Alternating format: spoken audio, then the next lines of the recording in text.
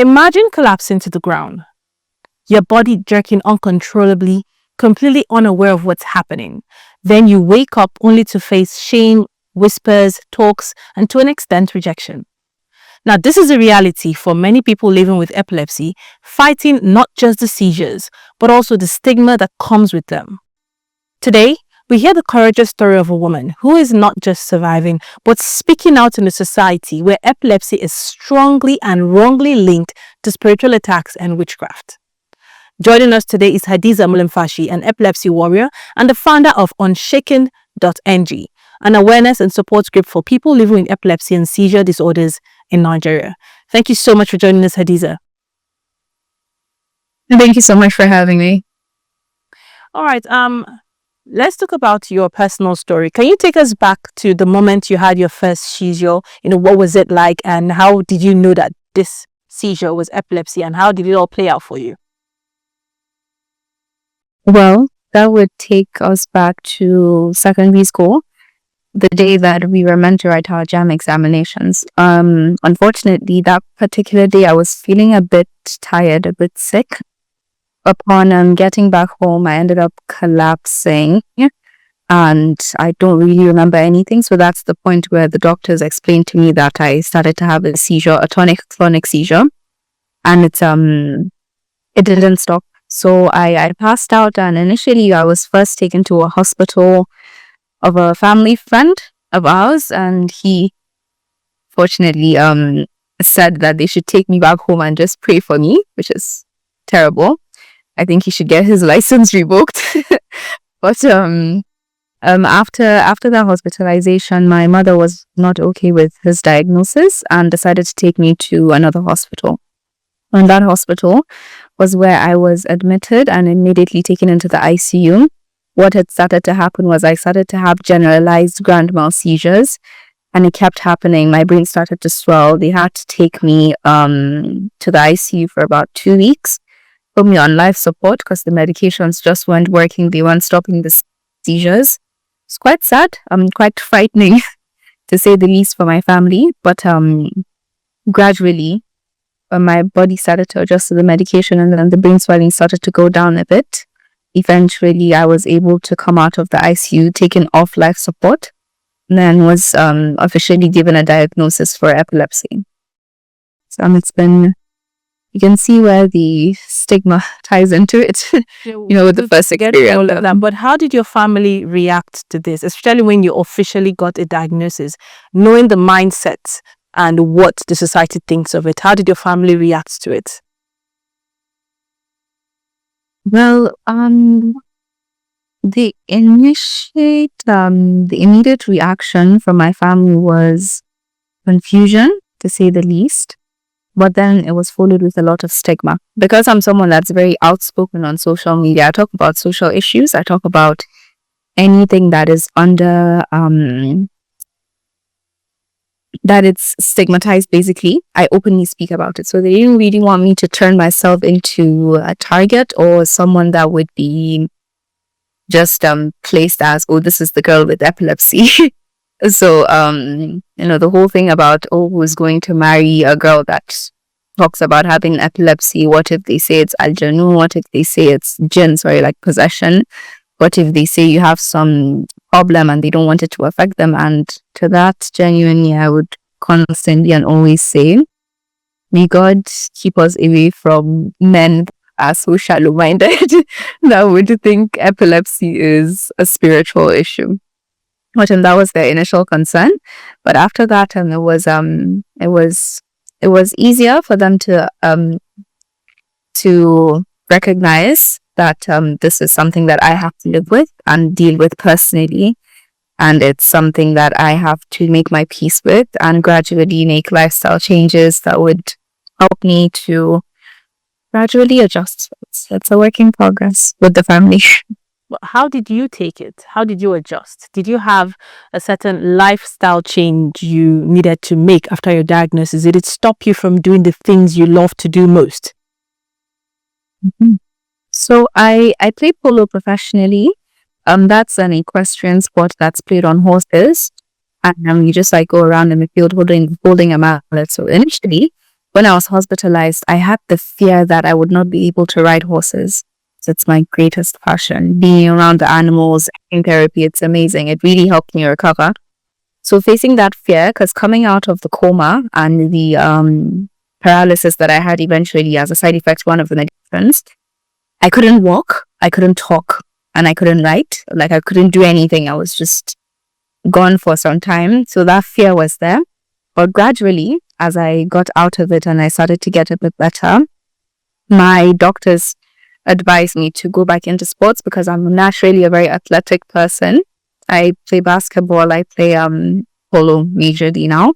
But lifestyle changes, I had to gradually adjust. So I didn't immediately go back to playing polo. I went back to riding for 1 month. Initially went back into stick and ball, which is like a pre-training that we do before we start playing tournaments. So I went back stick and balling for another month. It took a bit of time, but overall it did not stop me from accomplishing my dreams and continuing to play polo, which is my greatest passion. So now, how do you manage your seizures? Being that you've had better understanding, how do you manage your seizures, medication, and other treatments that you have to go about with? Yes. Well, currently I am on Keppra. It's an anti-epileptic medication that's taken, and it's currently I'm on a pretty high dosage just because I still have generalized epilepsy. But we're hoping that by the next time that I get my evaluation done, the dose will be revised and reviewed and lowered a bit because it has some side effects itself, like the lack of sleep, the fidgeting and all. But medication wise, I have a very important capsule of mine that I use all the time. I never forget to. I'm always with this. As I'm always with this, so I remember to take it every single day. I have, aside from this, I take my vitamins as well. So with medications, I am currently on Keppra. I was on the Motrigine previously, but it stopped working for me. I've been on a lot of medication, but so far Keppra has been what's been working really well for me. I haven't had any seizure since I started it. Have you identified your seizure triggers, and how do you cope with them? Well, a few of them that have been identified is firstly whenever I'm going through so when I have a high level of infection in my blood. So for instance, if I have malaria or if I have any sort of infection actually in my system, it tends to trigger it. Even if it doesn't trigger a seizure, it triggers the symptoms. So the aura, the headaches, all of it tends to trigger it. Aside from that, general stress. So in terms of like emotions, and aside from that, lack of sleep plays a very, very big part. So those things I try to do really well with. I try to make sure that I always do my blood test to make sure that I am not anywhere near getting into malaria, maybe a chronic aspect of it, or any infection or sorts. So I get checkups regularly. Stresses, I try to just be a calm person, try to be as peaceful as I can, and avoid things that would overwork me mentally. And then with the last one that I get brain fog because of the medication, so I can't even remember the last thing I said.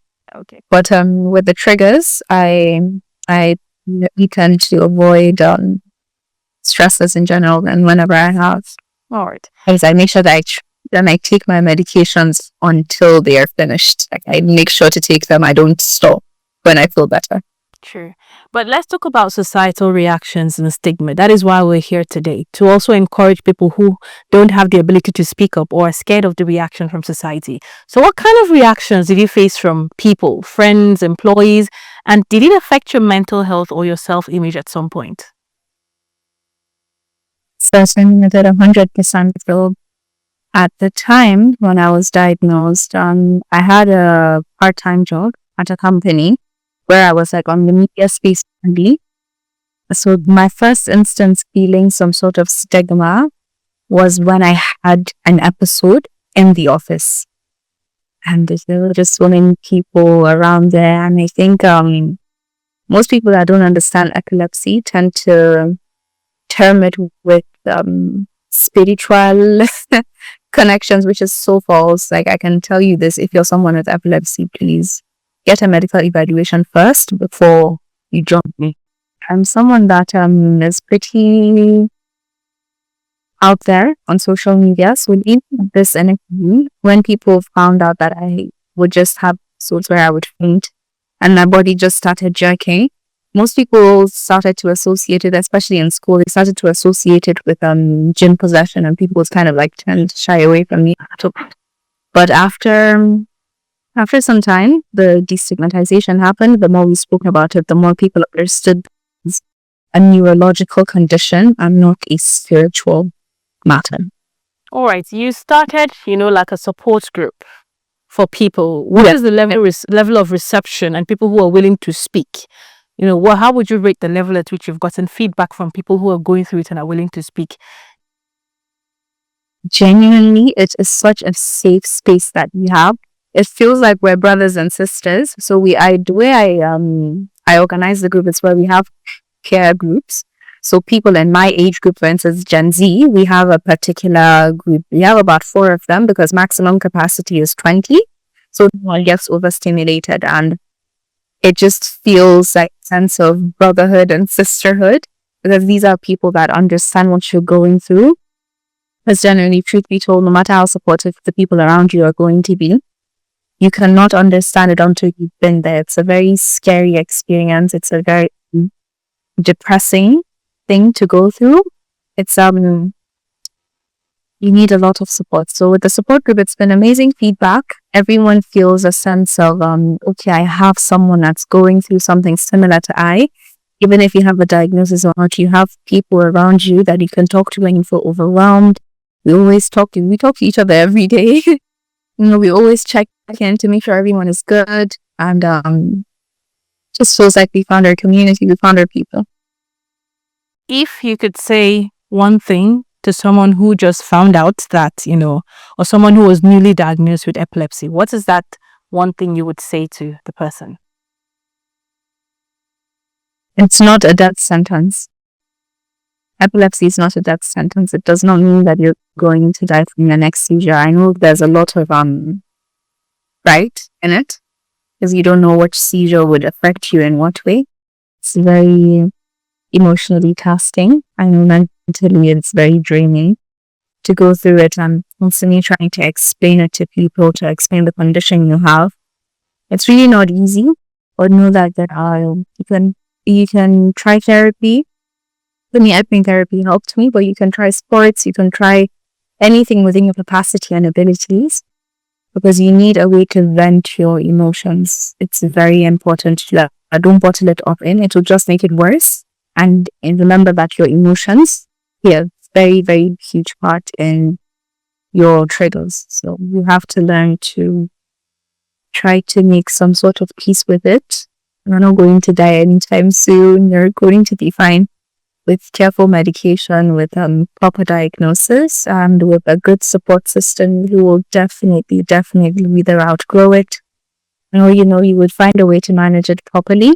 So the end of time. Look, it's not a death sentence. So get that out of your mind. I had a problem with that initially as well, but just get it out of your mind. You're not going to die anytime soon. Hopefully, you have a long life ahead of you.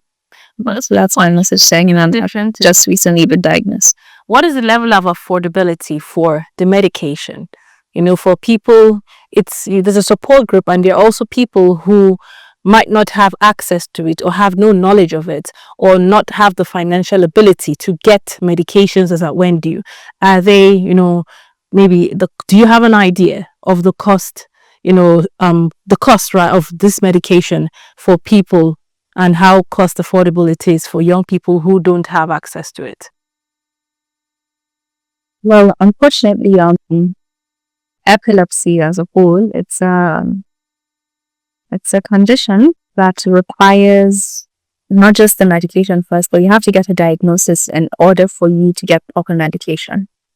So the process to get the diagnosis itself, it's quite pricey. You have to get an MRI, you have to get a Hep CT, you have to get an EEG as well. These usually cost somewhere around 150 to 300,000. And sometimes you would require more than one session. So depending on what type of epilepsy you have or what type of seizures you have, if it's caused by maybe some sort of brain defect or tumor or whatever it is, you have to get the diagnosis right first before you move on to medication. Personally, for me, the medication I take is a bit on the pricier side. Keppra per card should be around 7,000 to 8,000. And because I'm on about 3,000 milligrams a day, I take roughly 3 tablets basically in a day.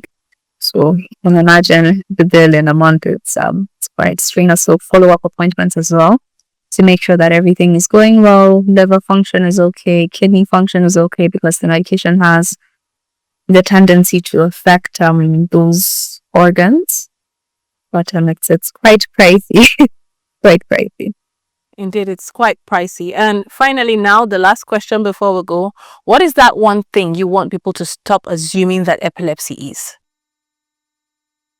We are not possessed by genes. Please, where it's not a spirit, it is not a spiritual condition. Stop telling people that have epilepsy that they are possessed. Epilepsy does not equal gene possession. I've been shouting this, I've been ranting this, I say this in every room that I'm sat in. Epilepsy does not equal gene possession. Get your medical diagnosis first, rule that out if you want. There's nothing wrong with medication. Personally, using moringa powder, Zogale, the power food, has been working really well for me in terms of health. But get the medical diagnosis first. Whatever home remedy you have can come to support your medication. Thank you so much, Hadiza. I would say it takes so much courage for you to share your story and be very bold about it. And we hope the society, with time, would get to accept that epilepsy does not mean possession or witchcraft. It's a neurological condition that can be managed, lived with, and adjusted with. It's not the end of your life. But thank you once more for joining us and sharing your story with us. We do appreciate it. Thanks for joining us.